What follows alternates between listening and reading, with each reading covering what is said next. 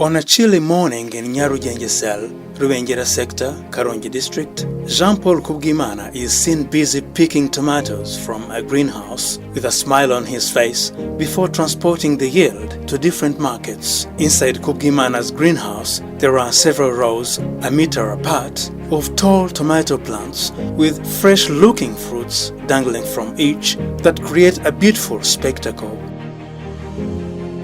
Greenhouse is a modern farming technology that controls air temperature, humidity, light level, and ventilation that plants need for optimum output. Kubwimana, 40 years old, is among smallholder farmers and investors in the Sustainable Agricultural Intensification and Food Security Project, SAIP, intervention sites, who have received greenhouses from the project through matching grants. W'imbuto w'inyanya n'imboga ariko by'umwihariko nkunda inyanya cyane. According to this youthful farmer, it is the first time he has cultivated in a greenhouse, and he affirms the greenhouse technique is bearing him fruit as he's beginning to realize a bumper harvest. Before venturing into greenhouse farming, Kubwimana was cultivating vegetables including tomatoes in the open field, and the yield was low and poor. The income he was getting was too little to sustain his family. Pinga n'ubwa mbere minze muri green. Tekeza kuba nk'umuhinzi warusanzwe guhinga hanze akabona greenhouse yarangiza akabona umusaruro ungana gutya ni ibintu bishimishije cyane mbega birenze ubushobozi cyangwa ububasha bw'abahinzi byaradushimishije cyane. Kubwimana was also a commercial motorbike driver, but he sold his motorcycle after receiving the greenhouse because he was earning little income from motorcycle taxi business. According to him, the idea of applying for a greenhouse matching grant came to him when he saw a tomato yield from the greenhouse belonging to the Dukorere Hamwe self-help group. Kubwimana says that the yield from the Dukorere Hamwe self-help group greenhouse was plentiful, and the tomato fruits were quite big in size and healthy, and that this motivated him to shift to greenhouse farming. Mu buzima busanzwe nubwo ndi guhinga nari umumotari, ariko nkimara kubona green moto nahise nyigurisha nibereye muri green. SAIP yazanye green ya cooperative.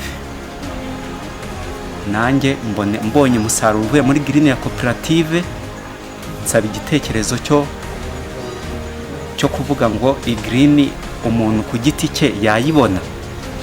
Negera abakozi ba SAIP barambwira ngo birashoboka ko umuntu ku giti cye yayibona.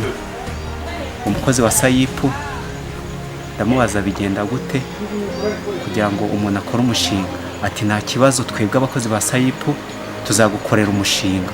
SAIP supported Kubwimana to acquire a greenhouse after applying for it through the matching grant initiative.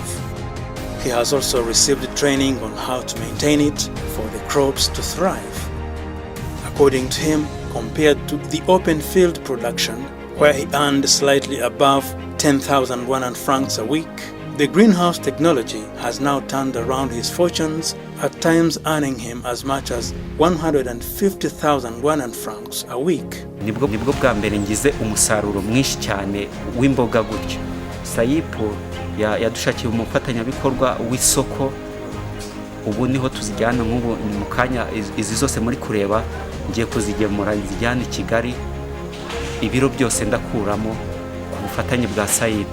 With greenhouse farming, farmers are able to reduce the effects of unfavorable weather conditions such as high temperature, strong winds, heavy rainfall, hailstorms, as well as crop pests and diseases, hence leading to increased yields. SAIP ni umufatanyabikorwa utuba hafi, iduha abagoronome, imiti baradufasha bakaduha, imbuto baradufasha bakaduha, tugahinga ukabona turizihiwe, duteye imbere. SAIP, which is implemented under the Single Project Implementation Unit (SPIU) of the Rwanda Agricultural and Animal Resources Development Board (RAB), has supported farmers to acquire greenhouses through matching grants with the aim of increasing productivity and promoting the use of this technology.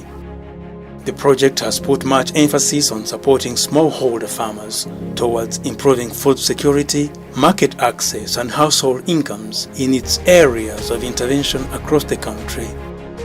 SAIP is funded by the Global Agriculture and Food Security Program, GAFSP, through the World Bank Group, International Development Association, IDA.